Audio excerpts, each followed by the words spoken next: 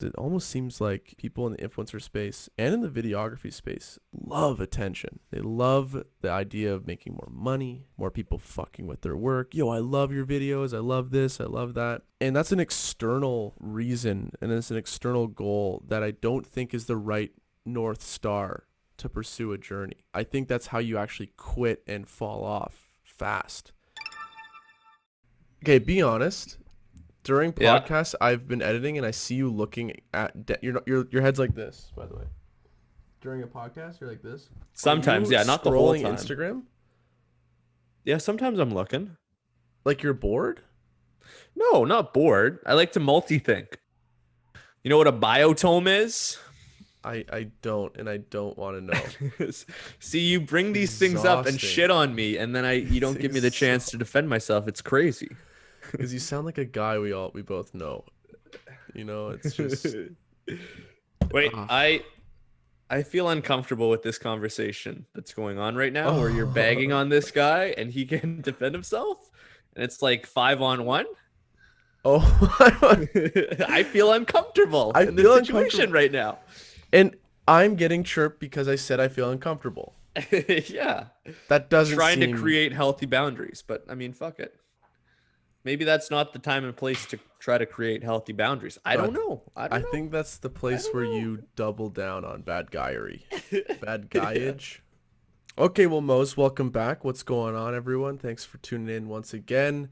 The Leafs are on a heater, 3-1 right now in the series, so, Why did they life's play pretty good. back-to-back games? I'm gonna talk over you. Why did they play back-to-back games? I don't understand that. I have no idea. I mean, it's probably like they're just trying to get the playoffs done. Like, let's just fucking go. But I have That no doesn't idea. seem like the play if you want to make as much money as you can. But listen, I'm not Gary, so I don't know. You're not an I owner don't or know. a commissioner. I don't know, but life's pretty good. How you doing, man? We haven't. When was the last time we recorded? 'Cause I think we bashed Um, a couple. yeah, we batched a couple. Oh, we had Patty. Patty was such a good interview. Oh my goodness. Unbelievable interview. Just And the the after stories there. hours. The after hours was even better. Can't say anything, but fantastic. That guy was down to hang, which was Yeah. good. After that podcast, it was like we just got to talk for like maybe an hour Oh, after. wait. Just Can we talk about this? There are some guests where we'll sign off. Hey, thanks for watching. Thanks for listening, guys. Great podcast. Thanks so much for coming on. And there's some people that'll just bounce. They pull the shoot. See ya. they go like this. See ya. Bye. Done. And we want to talk. Like I want to get to know them better after the Yeah. show. Just And kind then of there's like some people that'll stick around. it always hurts a little bit when they dip. But yeah. But what's been going on with you? What'd you do the last like week or so? Just Oh God. immediately put me on my heels. Yeah. You see the brain? You see the But do you hamster have nothing spinning? in your life that you're happy about that you're proud to share? Come on. Um, I found out you lived in a gated community. I yeah. haven't been to You were your. I amazed mean, by that. maybe we shouldn't put this in. Fuck it. I knew you lived in Aurelia. His Yeah. address. We'll put his address in the description. Yeah. Um, That's a good idea. Beautiful. I mean, like, no wonder you're not sad, and like Yeah. I'm the one who gets That's sad one of in the first Toronto. things you said, among other things. I'm like, oh no shit, you don't feel down during this pandemic. You literally open the door and you're in paradise. Yeah, it's nice. It's I'm not paradise. complaining. I'm not complaining. It's ridiculous. The I only think downside is there's only Karens there. Not Karens, but like older people. older people, yeah, that's fine. We were going into the community, and the first thing you The said, community. the The fact that community, it's the it's a community. It's a community. First thing that you said, which had me dead when you said it at the time, you're like, I didn't even know these things still existed in Canada. Like, I get the States, but it's like you saw a dinosaur in real life. Well, I just think like Canada doesn't have the same. Well, I don't think it has the same like wealth disparity. Whereas in like America, like you go to LA, 10 minutes in one direction or 30 minutes in one direction, it's like golden houses.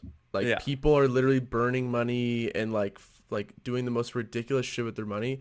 And then you drive like just southeast 15-30 minutes and it's literally World War Three. Maybe not World War Three, but like it's a tough go. Like it's poverty and then down the street is rich. So like gated communities are pretty necessary because poor people will come, they're desperate, they need something, and they might, you know, try to break in. So I get it there, but you're in Aurelia. I don't Yeah. think there's crime in Aurelia. Well, Why not do you even need in a Aurelia, gate? on the outskirts of Aurelia. Yeah, in the There's suburbs of a suburb. Yeah, exactly. It's perfect. I mean, am I more productive here than in Thunder Bay? Well, yeah. So, Yeah.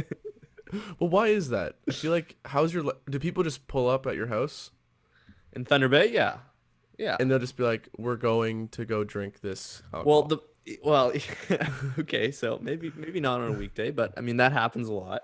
The problem with where my house is in Thunder Bay is that it's on a busy street and I work in the living room or a living space and it has windows where everyone can see in. So they'll just see me typing away on my computer and they'll be like, he's not doing anything. It's fine. And then they'll pull up and they're honking the horn. I'm like, And then, oh, okay. and then what's There the goes average? the next hour of my day. And So then protect your time. and then another hour trying to get back into what you were doing. Oh yeah, Like, we had this conversation the other day. For every we had a professor, no names. We had a professor that said every time that you check your phone, you should be working. You lose 20 minutes just to get restarted. And I hate that message pops into my head sometimes when I'm working, and I just sends a shiver up my spine sometimes. but do you think that's true though? Like, do you think it actually every minute is it every minute you spend? I don't think it's a precise measurement. I think this is, no, it's but it's general, something but like, close to that. Yeah. you think so? I wonder though if it's like if you really love what you're doing, where like you love, I feel like it's not hard to go from your phone to work. You know what I mean? Like, That could help whereas for sure. I wonder sometimes like the stuff we do, like we love what we do, but we also like it's like a love-hate relationship where like you kind of always find a way out of doing it, you know? Like there's always like, I do need to eat lunch. Like that's what happens with me sometimes if I'm like doing obviously freelance work where there's not a lot of pressure to get it done right away. I'm like I'm gonna do it, but I'm a little hungry and gotta work out. Health. I can Health take comes 15 first. minutes. I'm Yeah. gonna go on my phone, take a little break, Yeah. come back. Like if can't you're get back. editing clips that you have no interest in selecting, I should say selecting, sorry. It's that grind at the start of a project. Yeah, I could see how if I go on my phone, the last thing that I'm going to want to do after that is go and jump right back into that. Yeah, That's terrible. And you and also, that's this is something that I've talked about with a lot of people who edit video because I'm mostly design. You guys can't listen to music most of the time. I love listening to music when I work. that's one thing about design that's so appetizing is like you can listen to podcasts, you can listen to music, So and good. it doesn't screw up your process. And like Yeah. I'm someone who needs that like extra stimulation. Yeah. The only time editing, with like music or podcasts is good is when like you're selecting clips or you're color grading, or maybe like how the flow is going, but you just need to like touch up things. You don't need to hear sound. You just like I throw on a podcast or some music. Yeah. But it's the worst feeling. And then your client's asking like, why is every other shot like out of rhythm? I don't know why. Something's not right with this video. Exactly. And then you run into Can problems. you do it again? Yeah, I just have to charge you another $350. Is that all right? Is that fine? But you wanted to talk today about Spec-Work. And we actually had a pretty good chat with Pat Green all about it. And I have some interesting updates in my life about the Spec-Work as well. Nice. But what did you want to talk about specifically? I want to talk about where people go wrong with spec work. I want to talk about some of the things that you might not think about when you're doing spec work and kind of like what the reputation might be, and also some examples of people that do it really well. And you have an example as your chug. What's this? Water, a little bit of lemon in there. It's lemon It's Gatorade. C4. It's a stimulant. It's lemon flavored Gatorade. I recommend anyone who's, likes a little bit of like flavor in their water. Love sugar. Just One- diabetic. Just crank that Gatorade. 1 tablespoon diluted Gatorade in your water. It tastes so good. It's so good because I don't like how sugary regular Gatorade is. It's like way too much for me. Like it Yeah. fucking Loved it as no. a kid, though. Loved it. After a hockey game, There's a lot of things when you're a kid that just you take for Doesn't hit granted. the same. Doesn't Yeah. hit the same when you become an adult. I don't know what it is. Like lollipops. I don't think I could ever eat a lollipop again. Do you No. think, unless it's a creamsicle or a fudgesicle, No, no, no, no. those are great. What about the did you ever have the dip-ins where you had that like stick of sugar and then you had the powdered sugar and you dip it's the tandem, the double sugar. What I do they look at call those it? now and I say, Jesus, that kid's gonna be wired for the next 3 hours. Jesus Christ. Now it's just, salads and whatnot. I'm really healthy. Kale, bag of kale. As I'm eating a pizza pocket, like at midnight. You have to Um, really hate yourself. That's another one for me. I probably couldn't eat a pizza pocket. I know that you have friends that love them, but I don't think that I could force myself to eat a pizza pocket right now. they're good. They're pretty good. You got to get the gourmet ones, but we won't You get need to into be the that. right amount of hungover. What? So, anyways, back to the So topic, spec work. I've been, like, with COVID going on last summer, like me and my friend Max, who has been on the podcast before, we do a lot of video work together. We just were thinking like we got to do something. Like fuck, like we don't have work. Like we just got to like shoot something and just have fun and learn.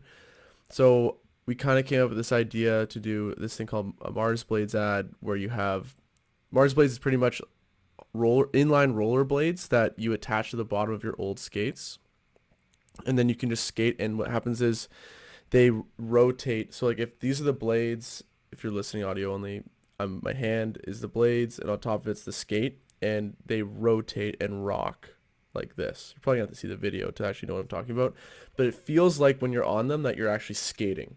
It doesn't feel like they're just stationary to the boot. They like rock forward and backward as though you're on ice with like ice blades that like the ice blades curve for the most part. So like it feels like you're actually skating on ice. So we're like, how do we play hockey anytime, anywhere thing? So we made this little story of like, Max grabbing his gear, then he like makes his way to the park to play. Then he meets this girl, Ailish, who actually we had on the show as well. Anyways, the video did really well, and they like play together and stuff. We send it to Mars Blades. They didn't get back to us. nothing. Depressing. That felt good. I was like, we put in all this work, they didn't get back to us. But hey, at least we got a sick video. It got me a bunch of views on YouTube. It was just like a dope video. I thought I Made was really no happy money. with it. Made no money. Uh, no money. Actually lost No money money. because Cost money. fell a lot of money because I fell on the skate, the rollerblades, because I borrowed my buddy's dad's old rollerblades.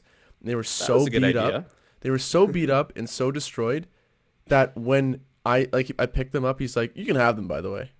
Like that's how you know you signed That's a up bad for something. sign. So that was a It's a bad very sign. bad sign. What would you say? Would you say they're 1980s or 1990s? Like how are these things older than me? These are from probably the 2002 to 2007 era of So I'm like rollerblades. 3 years old sucking on my thumb when Yeah, these things came out. Sucking on Yeah. the sugar, double tandem dip. So There it is. anyways, I get the skates and I'm starting to shoot, and like I don't know what it was, but like I slipped and fell, and I don't know what happened. I was skating backwards, and I just remember falling, and like usually when I fall, like I can tuck and roll and keep safe. I don't know what happened. My equilibrium went off, and my hands just went like this.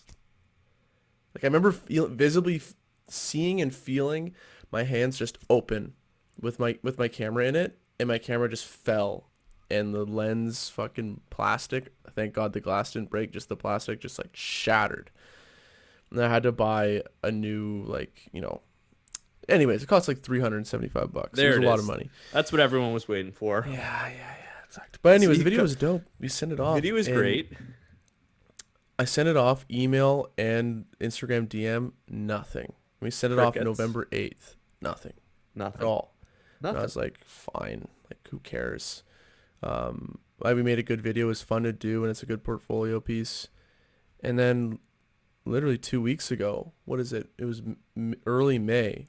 We just get we get an email from the founder of Mars Blades being like, hey, like we just saw your video. We loved it. Like we'd love to like set up a call and like talk about work. And I won't go into detail about anything going on right now, but we had another call Give with us them the today. numbers. We had another call with them this morning. Went really well. They're like honestly just seem like very great people, and hopefully we can work with them, and if not, we don't. But you know what? I think they're awesome. So spec work can lead to shit, but it's like what Pat Greenall said in the last episode. Who knows? Who knows if they'll ever get back to you? If the like, it's almost like the key is to go for the smaller company. Like go for the company that's niche that you're interested in. Like don't rent like a Mercedes Benz and shit. Like just That's a find like popular one, especially with the Toronto videographer crowd. I've seen yeah. that a bunch. It seems kind of like I always shit on North America with certain things. I'm like it seems so North American to be like what has the most clout and like what has the most like materialistic value and like positive perception in our society. Lamborghini, Mercedes, like who cares? Like just pick something you like. It could be anything, you know? It could be anything. Those are two great points. So number one, if you're gonna do spec work, don't do it with the expectation that it's gonna lead somewhere, especially immediately. Like with this project with Will, it took a year to get back to him. Probably gonna take another year just to get this project started. I don't know. Not a year, okay? It's like 4 months. November, December, January. It was a long It time. was longer than 4 months. That's fine. So It don't was come in with the 5 or 6 expectation. months. Yeah, Dick. half a year. Don't come in with the expectation that it's going to lead to something immediately. And then number two is do Or at something, all. Or at all. or at all. It might not even pay off. Or number two, do something that you're passionate about, and it shouldn't be about chasing clout, whether that's working with a big brand. Like in design, you see all the time. Everyone has a Nike rebrand. They don't need to be rebranded.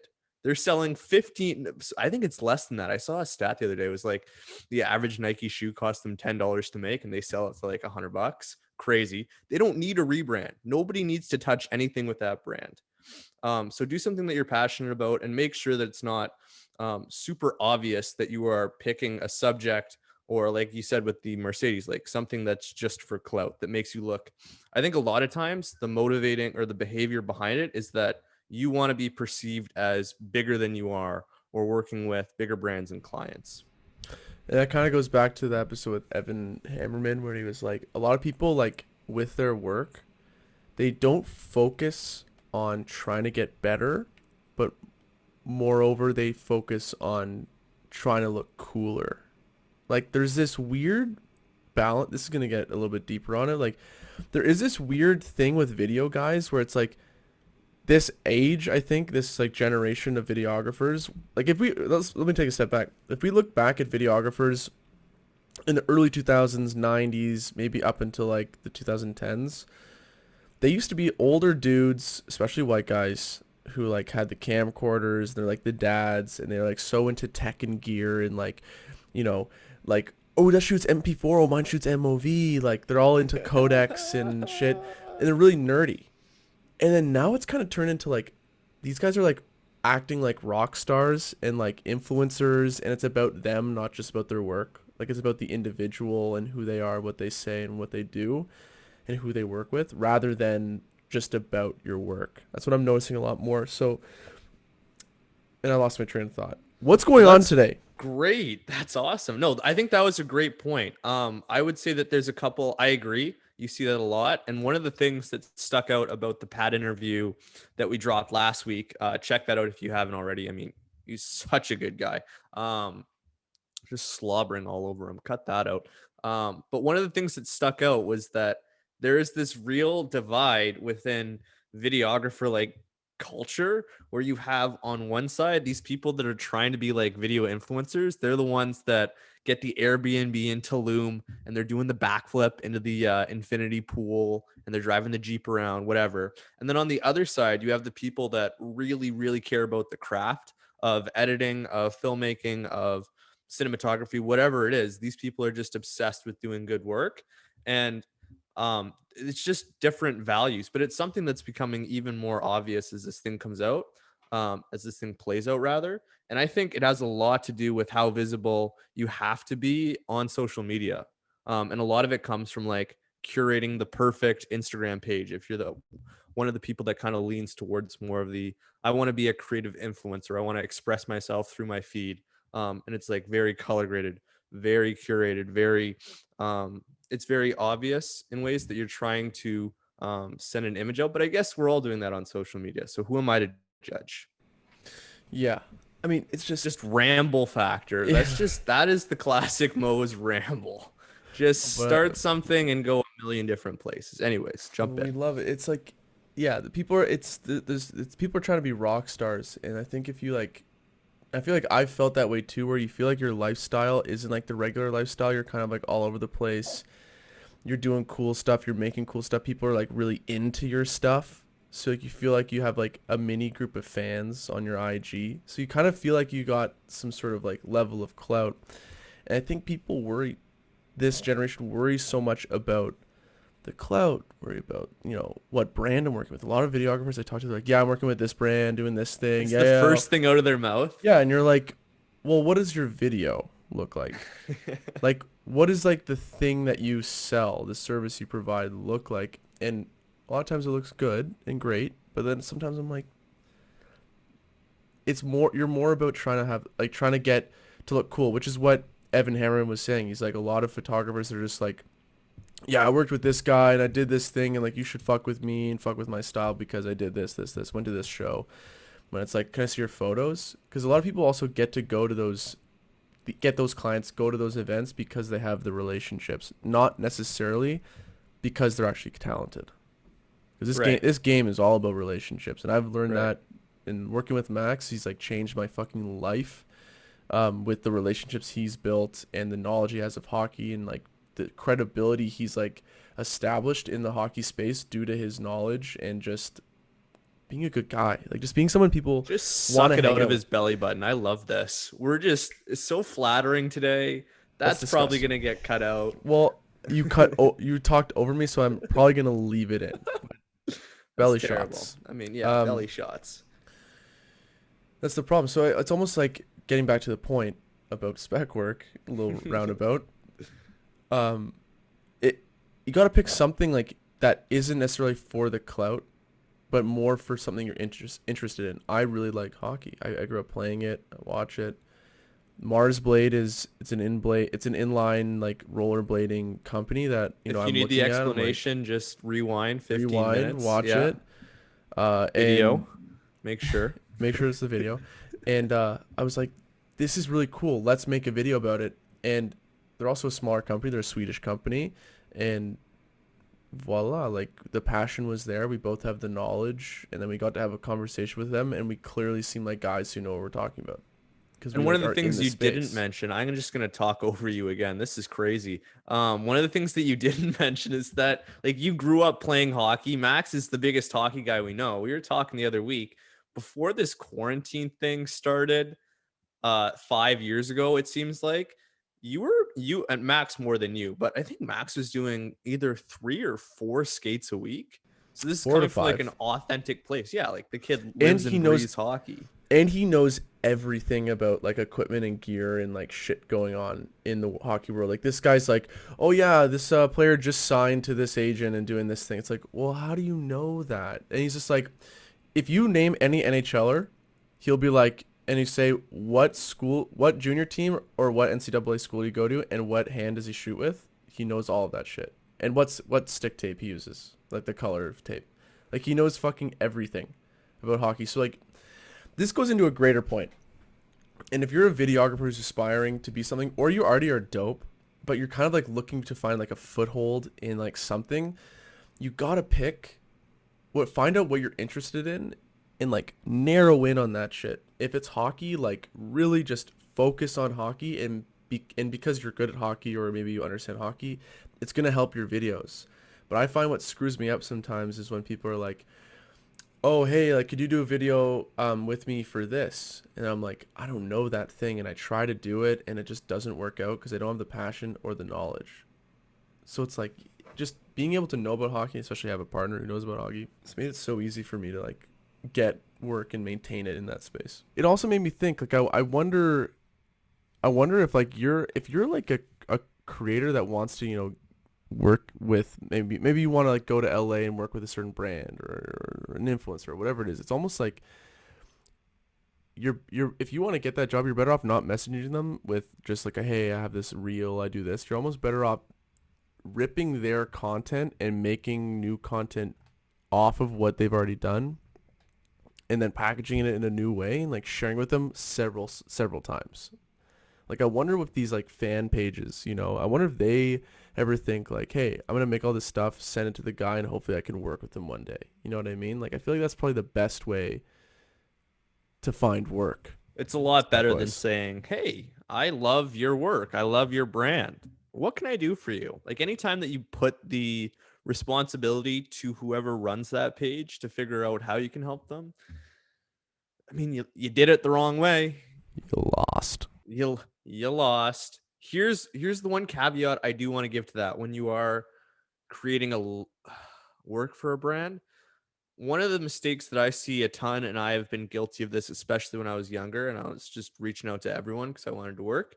Um, if you come in with the mindset of, oh, I can do this better than the team that you already have put it together, if you don't give enough backstory and you don't handle that first DM or conversation or email, whatever it is, you might come across as an asshole. Like, so just be careful because there are people that are getting paid on that project for that brand to do that job.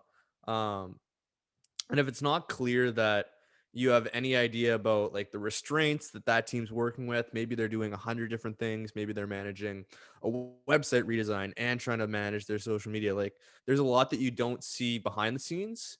So just make sure that it's coming from a good place, and that if you're gonna put that work in your portfolio on your page, or you're gonna share it on Instagram, make sure that you're being super transparent, saying this was unsolicited. I wasn't actually hired from this company, because I see a lot of portfolios where I'm like, oh, damn, this guy worked for Nike. This guy worked for Apple. This guy worked for Beats. And I'm like, but he's only like a year into his career. Something's not adding up. And if you get like, I don't think anyone goes into these kind of spec work projects with the intention of having the reputation that you're not trustworthy or that you're dishonest. But if you're not careful, that is how you can be perceived sometimes. One thing, here's where I wanted to go next. I wanted to talk about keeping your portfolio updated, something that I've been guilty for not doing. So follow what I say and not what I do. That's terrible. Anyways, you're also somebody who has a demo reel from 2017, 2018. Here's 2019. 2019. I don't know if that we're gonna roll with it. It's 2019. I love it. It's not It's fake footage news. from 2018 Okay. and 2019. Amazing. Titled as 2019. Title is 2019. I mean, if you're real lazy and you want to just keep that train moving, retitle it again, 2021. It's a magic trick. Anyways, I want to talk about the message that you send when your portfolio is outdated. And it's not always that you're lazy or you're a bad person for not updating, but if I saw that, and I was looking to hire somebody, I would say, oh, this person is really busy on all the other projects they're doing. They don't have time to update it. So they're probably not looking for any new opportunities. And then I'm going to follow that up by saying that if you are looking for new opportunities, the best time to update your portfolio is when you're actually working at the job that you're at. And I'll give this really simple example and I'll shut up and Will can talk. If you were at a job that you loved, it was still challenging you, it was paying you great, you like the work that you're doing, but then you're at that job and your dream job, whatever company that you want to work with the most, opened up a position and they're paying twice as much money. If you're in a position where your portfolio isn't updated with recent work, you're kind of shit out of luck. Again, you lost. And it's something that you can avoid, because all you have to do is, like, I've been doing it for the better part of this month. Just update your portfolio with new stuff. It doesn't have to be finished. It doesn't have to be at the level that you're comfortable with. But as long as you're putting out shots consistently, and sharing what you're doing and sharing your thinking, then you'll never be in a situation where your dream opportunity can come along and you're not prepared to jump on that. And it's something that I've been super guilty of doing very early on in my career, and still sometimes, like, it's difficult to keep that portfolio updated. But if you're in that position, just understand you might miss out on something great because you decided not to take the 30 to 60 minutes just to keep that work fresh in your portfolio. Mic drop again. No, I I mean I feel almost like ran out of breath there. I slightly disagree with what you're saying. Like Okay, tell me very why. slightly. Because from a video perspective, I don't know design. Most of the time, like I'm getting clients or stuff's going on. If we're talking portfolio as in your Instagram, that's where people see my stuff. Yeah. And if they don't see from Instagram, they hear me from word of mouth, or they see a video I did on someone else's page that maybe I don't post on mine, but they tag me. That's how people have found me, and they don't go, "What's your website?" They just say, "Can you send me your work?" Right. And I have the work that I really like and I want to show people, either upload it publicly or privately on my YouTube, Instagram, or wherever. Right. So that's where it works for me. Whereas when you say portfolio, you mean website. Most people aren't finding smaller creators or videographers or designers on their Very website. rare. It's just the website's a place where you get to keep all your work, so you can just send one link and they can see what they want. But even then, when you do that, I don't know if that's a good idea to have a website link like that. I almost think it's a better idea just to have the videos uploaded somewhere where you can just like send them the links and a little like subtitle, like this is what this is for, and this thing and this thing and this thing, and then they really have like a full understanding of the context of each, because you've written a personal email to them where they ask for the work. So I don't know, I agree and disagree. I think I agree with what you had just said, and I want to circle back to something that you said earlier. Would you say that most of the work that you get either comes from referrals or your social profiles? it usually comes from people seeing my social media or from people tagging me on their pages. That's like where almost all of it comes from. Oh, when you started doing that recently, let's bring that up. So you will, and I think that I might have given you this advice, not a big deal, humble brag. But you'll send your work to pages that curate content for hockey or for, I mean, most of it's hockey. I mean, that That's really something didn't, that you just started doing I don't recently. think any of that's gotten me work, but it's gotten me a lot of followers and a lot of like DMs and shit. Like it gets you, it definitely is like the smartest thing you could do if you're like posting work online. Like if you're, let's say, shooting hockey prospects and you make cool videos of the prospects, like posting that work and then DMing accounts that post similar stuff. That's like, it changed. It didn't really change my like, it changed my IG. I gained probably 200 followers in the course of like 2 months, which is a lot for me. I don't have a lot of followers, but like it's pretty wild follower wise what it did. But work, I don't know. It's hard to measure what exactly it did. Right. And that's something that could also bring work in the future too. It's not like just because it didn't bring work now, it's not something that, It's just an awareness thing. Yeah. You yeah. don't know. It's just better to do it than not. Always. Always. Okay, kind of funny question. Where do you stand on people that will put money behind the work that they post on their personal or their professional page and make it into an ad? Where do you stand on that? Can we build that context a bit more? Okay, so I'm really happy with the 10-second reel that I did. I posted on my personal page. My friends love it, so I'm like, you know what? I'm gonna put a little bit of money behind this. I'm gonna turn this video that I love into a paid post so more people can see it. Because and the reason that I bring this up is because I know some people that just they recoil so much when they see that in their feed. They're like, oh, I know this person and they're promoting this post. And I'm like, what's going on? But I know other people that's worked great for it. They've actually got work from it. Does that make sense? Did I explain that well enough? Yeah. I almost feel like if you promote a post like that, it has to be so, and this is just the nature of the world we live in. It has to be so like, you don't want to miss out on this. Like this is like, it has to be copywriting that is so like exploitive Yeah. of like human nature, you know? The 48 laws of power? What? I guess, yeah. But it's true. That's the only way to get someone to stop and like get them to click is like, this will change your hockey playing outcome. Or this will change like This you'll one score more adjustment goals. in your wrist shot is gonna have you sniping like Austin Matthews. Like literally, yeah. That's pretty much what it is. And But it's if you're some just guy posting who like, like played junior and now runs a hockey school. He's like, you can sign up. It's $199 a weekend. oh no. But you didn't make it. But it's fine. Listen, it's fine. Yeah, we Everyone does won't their we own won't thing. get into that world. Um but yeah, I want to kind of transition to like last topic, and then we can wrap up.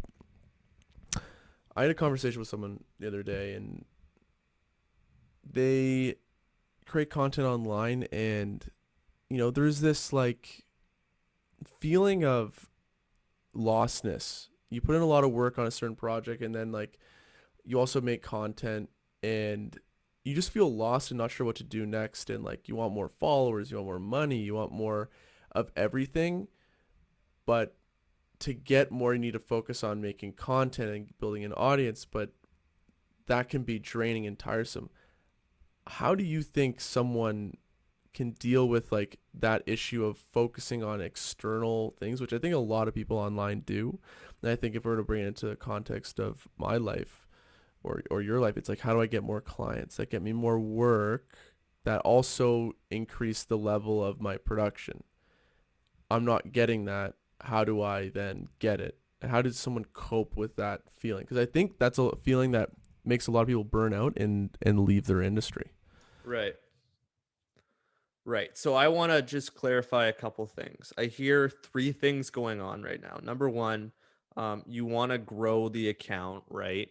You want to get more followers, bring those followers in. So I would say that's growth, growing the account. Then for the content side, the piece of that is that you want to create to grow the account. I think a lot of people think they need to be putting out content almost every day. That's probably true. But again, and I feel like this about other things too. We're almost on like this ferry wheel, or what's it called? Ferris wheel? Not Ferris wheel.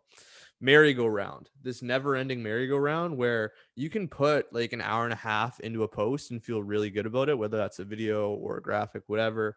But like once that day's done, the clock resets. And so we're kind of in this space right now, especially with content creators, especially with influencers, where man, like you're only really as good as your last post, and they feel the need, and I think it's kind of true that you need to be posting something every day. So that's tough. I don't really have a ton of advice on that. And then the last point is that kind of creative point, and that's not so much with influencers, but I mean, I guess it can be.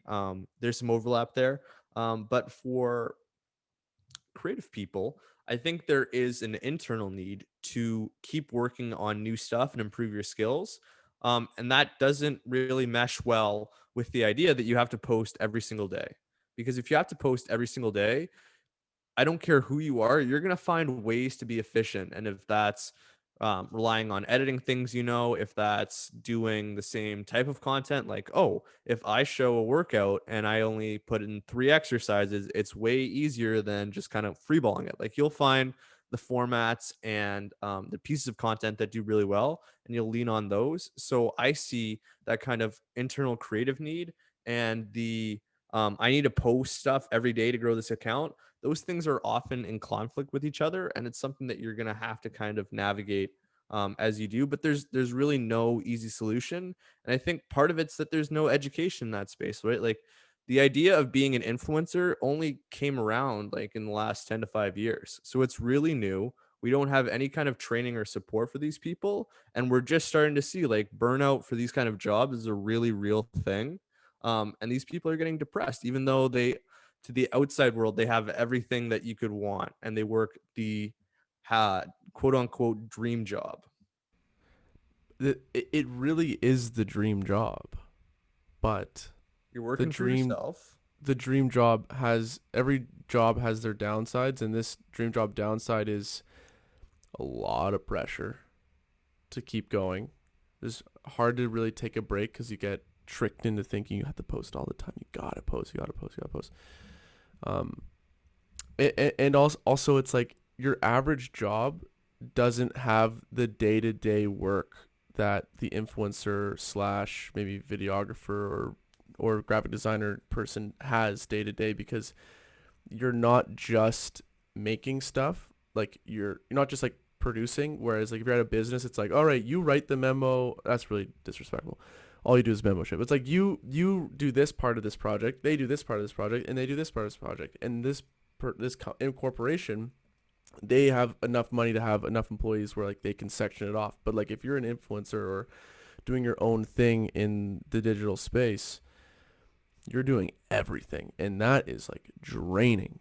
Task switching, jumping from things, you're always thinking about the next project, the next thing you got to do. Whereas at another job, it's like they think about it for you and you execute, or you're the one thinking and other people execute. So like I can see where that's where like the burnout comes from. The second point I wanted to make is it almost seems like people in the influencer space and in the videography space love attention. They love the idea of making more money, more people fucking with their work. Yo, I love your videos. I love this. I love that. And that's an external reason, and it's an external goal that I don't think is the right North Star to pursue a journey. I think that's how you actually quit and fall off fast. Like you could maybe get really high and it'll be hot, you'll be high on top of the world for a while, but I can only see it going down from there, because to be sustainable, like you actually just have to enjoy, you have to like set mini goals that lead to that external one. Whereas I think people focus way too much, like if you say like what do you want to get out of this space, and like I was asking this person, what do you want to get out of this space, and they're like, I want more followers, I want to be able to make more money, and I want to be like the best. And I'm like, well, what does the best mean? It's like, well, the most, I don't know, like everyone comes to me to like do this. It's like, well, that's not even a goal that you can make a roadmap towards. Like it's just so arbitrary. It's almost like, shouldn't the goal be a lot smaller? Shouldn't there be several goals that vary in intensity and scale, but you don't see the larger ones until you've completed the smaller one, like laying a brick and then a brick and a brick? It just seems like if you can, similar to going to the gym, if you can set your North Star that you're walking towards as, I just want to live a healthier life and feel really good and just be someone who like wakes up energized, that's a better goal than saying I want six packs by September, or I want a six pack at the end of this journey. It's like, what does that mean, right? What is a I million want to look in the followers? mirror and not see a milk bag. I mean, yeah.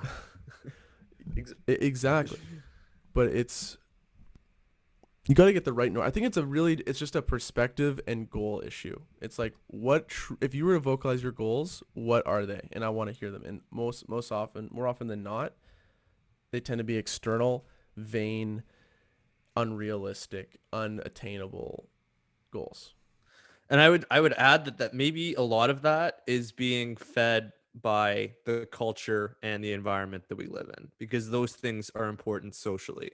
Um, I think it gets especially challenging when you're a creative type, or even not, you're just a content creator. And you start comparing Monday to Tuesday, and you loved Monday's video, um, but you kind of mailed it in Tuesday a little bit, if you're being honest with yourself. But Tuesday does better than Monday. And you're like, "Oh, I don't know if I really understand what's good." And then you start comparing day to day, and you're saying, well, this video got 1,000 likes and this video only got 600 likes. And that's where I think it gets really dangerous.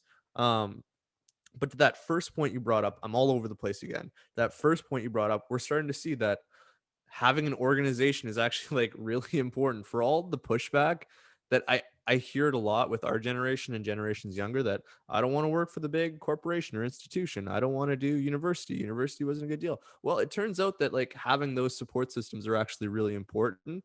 And that's something that I think influencers and creators are only just starting to realize, that it's really difficult to kind of give it a go by yourself. And it's not one project or one bad thing that's going to break the camel's back, but it's like the accumulation of the 1,000 decisions that you make every day, and the overwhelm that you feel because no one else can do the job but yourself. That's where it gets really, really tricky.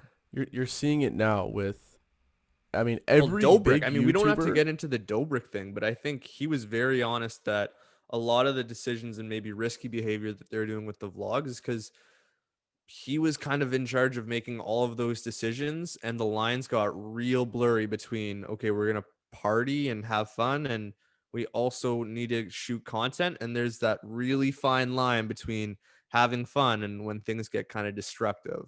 And he's been open. He's like, I think we, and like this, he, like, it's hard to divorce David Dobrik from the business that he has, but like, he's very honest that he thinks that he needs more kind of organizational, traditional, I don't know, company structures, an HR team, someone to manage who they're working with and get contracts out. And none of that was a thing because YouTube was new, and it was like this gold rush of making money, and that's all people were into.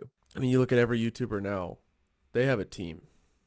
It's like assistant, business manager, videographer, probably several videographers, several editors, graphics guy. Like there's a whole fucking infrastructure now. Yep. It's crazy to think that there were YouTubers who, like, you know, it was all on them. Like they did everything. And that's just fucking crazy. I think it's almost stupid to do that, cuz then your potential and like your scalability just into the gutter. And I Into the want to gutter. add, you're also in charge of like anywhere from 1 million to 10 million people watching 2 to 3 videos of yours a week. Like that's a huge amount of responsibility. And you see people bagging on them like, how didn't he know better? Well, he was on that gravy train. He was making a ton of money from ads from YouTube. And if you're in that position, like what are you gonna, if you do something and it changes it and that opportunity is now not available for you, everyone's last. So there's no easy way to win. I guess that's where I was going. It really is. I mean, yeah. I think the best point you brought up is like when you're kind of soloing a whole front of like media production and content, or, you know, leading a cultural wave. If you don't have people that offer differing perspectives in an organizational like structure, the odds of you missing a couple things and not understanding the, you know, the consequences of an action or how that's going to be perceived, the optics, it's just gonna happen. I mean, if you don't have a team with perspective, it's just gonna happen. And it's not. I don't blame the person. Usually, when people make mistakes, I usually cringe and I go, "That fucking sucks. They made a mistake." I don't jump. They're a horrible person. We need to get rid of them. It's like, or maybe there was a lapse of judgment. Like maybe they were the only ones thinking. Like they're human. I don't know. I think they're. When I think about it, I was thinking about this the other night because I was watching the Leafs game. I don't know why they played it back to back. I'm gonna bring that up again, but I was thinking about it's kind of similar to being a goalie, right? Like Jack Campbell, goalie for the Leafs, faced 32 shots last night, got a shutout. I don't know if it was 30. It might have been more. It was somewhere in the 30s. But imagine your job as an influencer if you're expected to post, I don't know, if you're on YouTube 2 to 3 times a week, if you're on Instagram almost every day, if you're really trying to grow that account, imagine being perfect 30 for 30 every single month for a year. You know how difficult that is to do, to be perfect, to like maintain that standard? It's almost an impossible thing that we're asking. And beyond that, I think the norm is that people like to go at it alone. And I think that's kind of more of a cultural point. We idolize people like Zuckerberg or Jobs or the entrepreneurs of this era. And I think that too often, like one of the best things about this podcast, we're very open about it. I don't think that I could do this on my own and have been as consistent as we are if I didn't have another person in the trenches with us. With the We would have you, I'm died. pointing at you. I mean, I don't think I would have either. I mean, imagine what the graphics would have looked like. Sheesh. Well, type? Mose, it's a banger. I mean, well, maybe not a banger, but a good episode. All right, guys. Thanks for watching. Make sure to follow us everywhere at RnR Podcast on all platforms. All right. See ya.